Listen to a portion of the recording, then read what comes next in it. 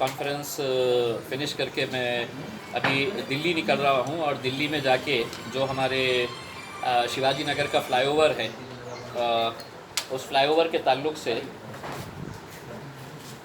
Railway board के जो chairman है, मैंने कल के दिन उनको बताया था क्योंकि एक डेलीगेशन शिवाजी नगर से आया हुआ था, उनके पास जाके, क्योंकि दिक्कत ये हो रही है कि उसके लिए फ़ंड सैंक्शन हो गया है, सब कुछ हो गया है, लेकिन उसके बावजूद भी वो काम शुरू नहीं हो रहा है।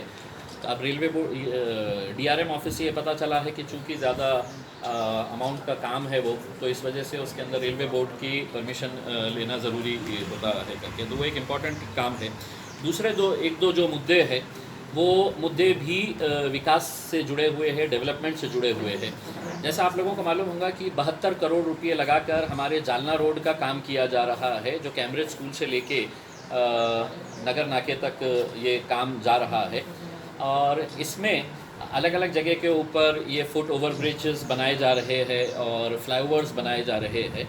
उसमें एक फ्लाईओवर को लेकर हमारा विरोध है। ये काम वैसे 2020 के अंदर सैंक्शन हुआ, लेकिन आपको मालूम है कि 2020 से लगातार 1.5 साल तक ये काम बंद पड़ा हुआ था।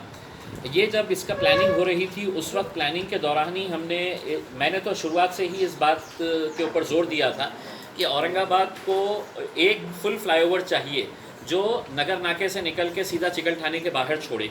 लेकिन पिछले जो भी सत्ता के अंदर थे या जो भी नेता लोग थे, उनकी एक दूरदृष्टि नहीं होने की वजह से उन्होंने टुकड़ों टुकड़ों के अंदर हमको अलग एक 2-4 फ्लाईओवर्स दे दिए। अभी 2 दिन पहले मैं जब पूना से वापस आ रहा था, अहमदनगर जैसे शहर के अंदर पूरा शहर से बाहर निकलने वाला एक फ्लाईओवर अलॉट किया गया है। नासिक के अंदर सेम वैसा ही है। हैदराबाद के अंदर 19 किलोमीटर का फ्लाईओवर है और हमको जब फ्लाईओवर दिया जाता है तो टुकड़ों टुकड़ों के अंदर दिया जाता है, जबकि होना ये चाहिए था कि हमको भी एक फुल फ्लाईओवर देना चाहिए। अब ये इनकी प्लानिंग जब हमने देखे तो पहले ही मतलब इस NHAI के ऑफिशियल्स के साथ हमने ये मांग किए थे कि आप चिकलठाने के आगे जितने भी जहाँ पर भी जो जंक्शंस है, चाहे वो आकाशवाणी का जंक्शन हो या अमरप्रीत का जंक्शन हो, वो वहाँ पे सबसे ज़्यादा कंजेशन होता है। 2 शहरों को जोड़ने वाला जंक्शन है, एक जो उस तरफ जाता है गारखेड़ा सतारा बीड़ बाईपास के तरफ जाता है और एक औरंगाबाद, तो एक इम्पॉर्टेंट जंक्शन है।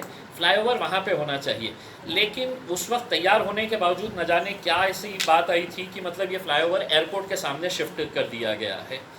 अब मुझे इस बात की पर्सनली खुशी है कि कुछ दिन पहले हमने डिविजनल कमिश्नर के साथ बैठे, उनको पूरी हर चीज़ बताए और डिविजनल कमिश्नर साहब ने खुद ने ये बात माना है कि मैंने इतना स्ट्रांगली इसको अपोज़ किया था कि ये एयरपोर्ट के सामने नहीं होना चाहिए और ये यहाँ पे होना चाहिए।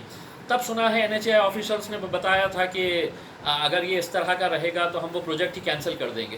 तो NHAI को हमको भीख दे रहा है ऐसा नहीं है, हर शहर के अंदर बनाते हैं। हमारे पास भी जो लोगों को चाहिए वो वहाँ पे बनाना चाहिए। हमारे पास पैसा आया तो अब आप कहेंगे कि नहीं मैं करमाड़ के अंदर जाके बना देता हूँ एक फ्लाईओवर करके, जहाँ पे ज़रूरत ही नहीं है।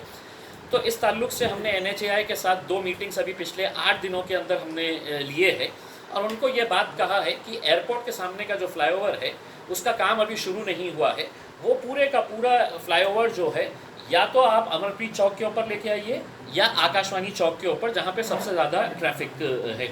इस ताल्लुक से ऐसा ना हो कि मतलब मैं सिर्फ अकेला बोल रहा हूँ, तो मैंने जितने भी लोक प्रतिनिधि हैं औरंगाबाद के, जितने भी आमदार हैं, इन सबको मैंने पत्र लिखकर विनंती किया कि आप लोग डायरेक्ट नितिन गडकरी साहब को ये पत्र लिखे कि हमको फ्लाईओवर जो है औरंगाबाद की मांग ये है कि ये फ्लाईओवर यहाँ पे होना चाहिए। और मुझे खुशी इस बात की है कि तमाम राजनीतिक पार्टियों के तमाम आमदारों ने इसको सकारात्मक तरीके से एक पॉजिटिव वे में लेते हुए सभी ने ये तैयारी बताई है कि हम अपना अपना लेटर्स देंगे। अंबादास दानवे साहब ने कल ही है तो ये लेटर नितिन गडकरी साहब को फॉरवर्ड कर दिए है, उन्होंने उसकी एक कॉपी मुझे दी है। प्रदीप जायसवाल साहब ने बोला है कि हाँ वहीं पे होना चाहिए, वो भी लेटर लिख रहे हैं। संजय सिरसाट साहब कल मुंबई में थे, उन्होंने कहा कि मैं आते ही वो लेटर फॉरवर्ड कर दूंगा। अतुल छावे साहब ने भी खुद ने ये कहा है कि मेरी भी यही मांग थी कि यहाँ पे ही होना चाहिए करके। लेकिन अब पता नहीं है ठेकेदार और NHAI वालों के बीच में क्या है कि मतलब वो फ्लाईओवर वहीं पे करना चाह रहे हैं करके, जबकि हमारी ये मांग है और इसकी फिजिबिलिटी स्टडी हमने करवाई है। तो कोई ऐसा बहुत बड़ा खर्च आ रहा है ऐसा नहीं है।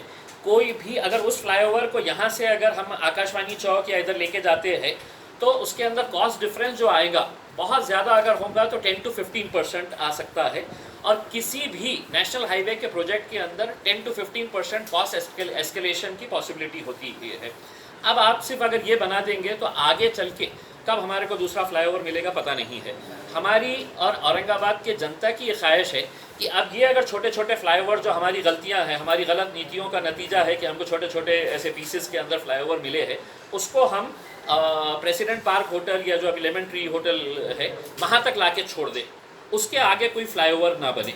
और उसके आगे हम नितिन गडकरी साहब को ये कहेंगे कि आगे चल के जितना भी इंडस्ट्रियल डेवलपमेंट होने वाला है वो शेंद्रा के अंदर होने वाला है और ऑरिक सिटी के अंदर। अगर आप लोग ऑरिक सिटी अगर देखे होंगे तो इंटरनेशनल स्टैंडर्ड की वहाँ पर फैसिलिटीज़ डेवलप की गई है। तो हम चाहेंगे कि नितिन गडकरी साहब 1 साल के अंदर नहीं, आप 1.5 साल के बाद दीजिए, हमारे को 2 साल के बाद दीजिएगा, लेकिन एक फ्लाईओवर जो लेमन ट्री होटल जो पुरानी प्रेसिडेंट पार्क होटल थी वहाँ से निकाल के उसको डायरेक्ट है तो चिकलठाने के बाहर एक पीस के अंदर वो अगर फ्लाईओवर अगर हमको मिल जाता है तो बहुत बड़ा मतलब मेरे हिसाब से एक डेवलपमेंट का एक अच्छे तरीके से काम हो सकेगा। तो इस ताल्लुक से तमाम राजनीतिक पार्टी के जितने भी पदाधिकारी है और अधिकारी भी है, जिसके अंदर डिविजनल कमिश्नर साहब शामिल है, वो सब ने है तो इसके लिए रजामंदी जाहिर की है। लेकिन कॉन्ट्रैक्टर चूँकि है तो ये है कि हमारे को ऑलरेडी कॉन्ट्रैक्ट मिल चुका है, अब हमको काम स्टार्ट करना है, तो हम उनको अच्छे तरीके से ये बता रहे हैं कि औरंगाबाद को वहाँ पर फ्लाईओवर नहीं चाहिए, जहाँ चाहिए आपको वहाँ पर बनाना है करके।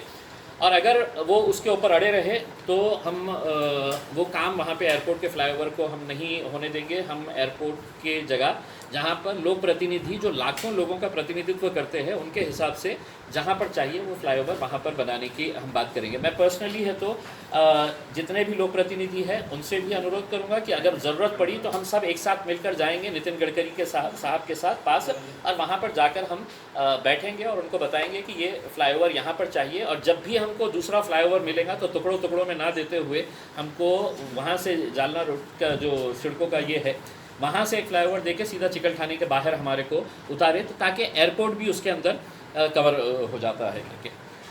तो ये एक मुद्दा था। दूसरा मुद्दा ये है कि कुछ दिन पहले मैंने जालना रोड के वक्फ प्रॉपर्टी के ताल्लुक से आने दीजिए ना सर। देखिए हमारी तो पूरी तैयारी है मजलिस की, और बाकी जितने भी कमज़ोर पार्टियां हैं सब एक दूसरे का कांधे का सहारा लेना चाहते हैं। मैंने सुना हूँ सेना के लीडर बोल रहे हैं की नाही आम्ही एकत्र लढू। अरे का बाबा असं वाघ का असं हे झालेलं आहे कमजोर की तुम्हाला काही सहारेची जरूरत पडू लागली। अरे तुमचा गड होता ना, असं काय करतो तुम्ही? काय चित्र असेल तुमचा गड होता तर मतलब एनसीपी वाले बोलते नहीं हम इनके साथ जाएंगे उसके अंदर। अरे हम तो अकेले हैं साहब, अकेले लड़ेंगे उसके अंदर, आओ मैदान के अंदर, उसके अंदर कोई हारेगा कोई जीतेगा। जितनी पिछली बार लड़े थे उससे ज़्यादा कितनी लड़ेंगे? उससे ज़्यादा लड़ेंगे। और 2015 के अंदर जब थी मजलिस के बारे में जो कहा गया था MIM पार्टी मतलब से मुसलमानों की पार्टी है करके, अब तो हम कई ऐसे इलाक़ों से भी इलेक्शन में लोगों को उतारेंगे कि जहाँ पर आपको ताज्जुब होगा कि मतलब लोग आकर कल एक इलाके से लोग आए थे और उन्होंने कहा कि साहब आप हमारे इस एरिया के अंदर भी आया करें करके। मैं बोला मैं आते रहूँगा करके। तो बोले नहीं सर हम चाहते हैं कि मतलब इस बार महानगर पालिका में जो है वो आप लोगों ने ज़्यादा सीटें लेके आने। और मैं लोगों को ये यकीन दिलाता हूँ कि एक मरतबा हमारे हाथ में एक 5 साल के लिए महानगर पालिका अगर आ गई तो वो 5 साल के अंदर हम क्या काम करेंगे उसमें। मेरे पास तो 3 साल रहेंगे खासदार की कि अगर 3 साल के अंदर हम शहर का अगर नक्शा नहीं बदले तो जनता ये फैसला करना चाहिए कि नहीं इसने वादा किया था हमारे को कि हम औरंगाबाद शहर का नक्शा बदलेंगे करके। देखिए मतलब आज औरंगाबाद शहर के जो मसले हैं ये किस मुद्दे के ऊपर इलेक्शन लड़ेंगे। 30 साल पहले पानी के ऊपर इलेक्शन, 20 साल पहले पानी के ऊपर, आज भी पानी के ऊपर। 2014 का भाषण सुनिएगा असेंबली के अंदर, मैंने कहा था कि ये पानी का काम जो है MJP से कराया जाए, पहले लाइन जयकवाड़ी से यहाँ तक लाई जाए नक्षत्रवाड़ी से। आखिर 7 साल के बाद आपको इसको मानना पड़ा। कौन रुका रहे थे? रुका कौन रहा था? यही भारतीय जनता पार्टी के नेता रुका रहे थे। सेना के है तो खासदार आमदार रुका रहे थे। क्यों? क्योंकि उनको है तो वो धन्ना सेठ को लेके आना था दिल्ली से, प्राइवेट कंपनी के नाम के ऊपर ये सब करना था। आखिर में उनको वही चीज़ एक्सेप्ट करना पड़ी जो हम 2014 के अंदर बोल रहे थे। सर अभी कुछ लोगों ने राजपाटी में प्रवेश करे, उनकी जो कुछ तस्वीरें जो है तो तलवार के उसके साथ वायरल हो रही, उसके बारे में आपको क्या? सर मैं बहुत ज़्यादा मतलब देखिए ठीक है तलवारों मैंने भी देखा हूँ फ़ोटो, लेकिन मैं औरंगाबाद के पुलिस कमिश्नर साहब से यही कहना चाहूँगा कि मेरे हाथ में तो हथियार भी नहीं और आपने मेरे हाथ में हथियार का केस डाल दिए है। मैंने वहाँ पर दंगा किया नहीं, आपने मेरे नाम पे दंगे का केस डाल दिए है। तो आपकी मोहब्बत हमसे ज़रा ज़्यादा लग रही है। और जिसके हाथ में तलवार है, अगर उनके ऊपर कुछ नहीं कर रहे हैं तो कहीं ना कहीं हमको समझ में आ रहा है कि आप किसी न किसी के इशारों के ऊपर यहाँ पर काम कर रहे हैं करके, किसी के दबाव के अंदर काम कर रहे हैं करके। हम दिखाएंगे, हम भी पार्लियामेंट के अंदर ही तस्वीरें सब दिखाएंगे उसके अंदर, और पुलिस का भी रोल क्या है, कैसा है करके ये भी सब दिखाया जाएगा। इम्तियाज भाई, आपने अभी आर्म्स एक्ट के तहत केस होना चाहिए था, बनना चाहिए था उसमें, लेकिन खैर मैं बहुत ज़्यादा अहमियत देता नहीं हूँ। तलवार लेकर फ़ोटो निकालना, पोज निकालना, ये एनसीपी वाले अभी फ़िलहाल एक ही एजेंडा लेके चल रहे हैं। उनका सिर्फ यही है कि इम्तियाज भाई, आपने अभी बोला NHI के बारे में, जाना रोड के ब्रिज के बारे में कहा, लेमन ट्री के बारे में। लेमन ट्री के सामने तो अभी भी एक ब्रिज बना हुआ है ना, वो उतर रहा है कहते हैं इसके सामने, शमशान भूमि के सामने। हम तो आपका बोलना क्या है, वो पुल जो है वो आगे एक्सटेंड हो अपना चिकलठाना एयरपोर्ट तक? हम नहीं, चिकलठाने के बाहर पूरा गांव छोड़ के बाहर निकल जाए करके, वो कैम्ब्रिज के बाहर ही, कैम्ब्रिज के बाहर ही वो फ्लाईओवर निकले। देखिए कल के दिन इंडस्ट्री जो आ रही है, आज हमारे पास सबसे बड़ा एडवांटेज जो रहेगा, बेंगलोर के अंदर अगर एयरपोर्ट से लेकर इंडस्ट्रियल एरिया में जाना है तो क्या ट्रैफिक का सामना करना पड़ता है आप अंदाज़ा नहीं लगा सकते। पुणे के एयरपोर्ट से लेकर अगर हिंजेवाड़ी अगर जाने का है तो कितना टाइम लगता है। अगर हम एयरपोर्ट के बाहर कोई इंडस्ट्रियलिस्ट उतर रहा है और उसको शेंद्रा जाने का है, वही फ्लाईओवर के ऊपर वो एयरपोर्ट से ही अगर ज्वाइन कर लेता है तो हार्डली वो 4 से 5 मिनट के अंदर है तो अपने डेस्टिनेशन के ऊपर पहुंच सकता है। तो एक फ्यूचर प्लानिंग के हिसाब से हम ये चाह रहे हैं कि अब जो फ्लाईओवर मिलेगा, जो भी फ्लाईओवर वहाँ पे है प्रेसिडेंट पार्क के आगे, उसको कनेक्ट करके आप कैम्ब्रिज ऐसा यस। ये अभी जो NHI के ऑफिशियल्स कह रहे हैं कि मतलब आपकी जो 8 दिन में बैठक हुई 2 बार, उसमें एक बार उन्होंने ऐसा कहा कि भाई इसमें चेंज नहीं हो सकता अभी। नहीं, उनका ये कहना था, उनका ये कहना था कि साहब ये बनने दीजिए ना, हम दूसरा भी बना देंगे ना, यहाँ पे भी बना देंगे ना करके। मतलब पैसा कौन देगा? अगर समझ लीजिएगा कल के दिन अगर गडकरी साहब बोलेंगे नहीं नहीं मतलब ये तो पहले का प्लान है, आपने क्यों नहीं इसका विरोध किए है करके, आपने बोलना चाहिए था, हम थोड़ी बैठे बैठे ये करे है करके। तो बेसिकली ये सिर्फ अकेले इम्तियाज़ जलील की अगर राय है ऐसा नहीं है ना। मैंने बीच में भी ये तो सोशल मीडिया के ऊपर डाला था, इतने सारे लोगों ने है तो गडकरी साहब को, इंडिविजुअल्स ने, ऑर्गेनाइजेशंस ने ये किए हैं। मैं चाहूँगा कि इंडस्ट्रीज़ एसोसिएशंस, दूसरे जितने भी संगठन है या इंडिविजुअल लेवल के ऊपर आप है तो गडकरी साहब को, NHI को ट्वीट करके करिएगा कि साहब हमारे को शहर के अंदर आंदोलन करना चाहिए, आप ट्वीट आंदोलन करना चाहिए। नहीं, ट्वीट नहीं, उनके पास तक मैसेज पहुंचाने के लिए। देखिए मैं पर्सनली तो जाके ये कर सकता हूँ, जनता इतनी सारी है तो वहाँ पे तो NHI के दिल्ली में ऑफिस में नहीं जा सकती है, तो ट्वीट के ज़रिए कम से कम उनको ये पता तो चलेगा कि यहाँ तक हो रहा है करके काम।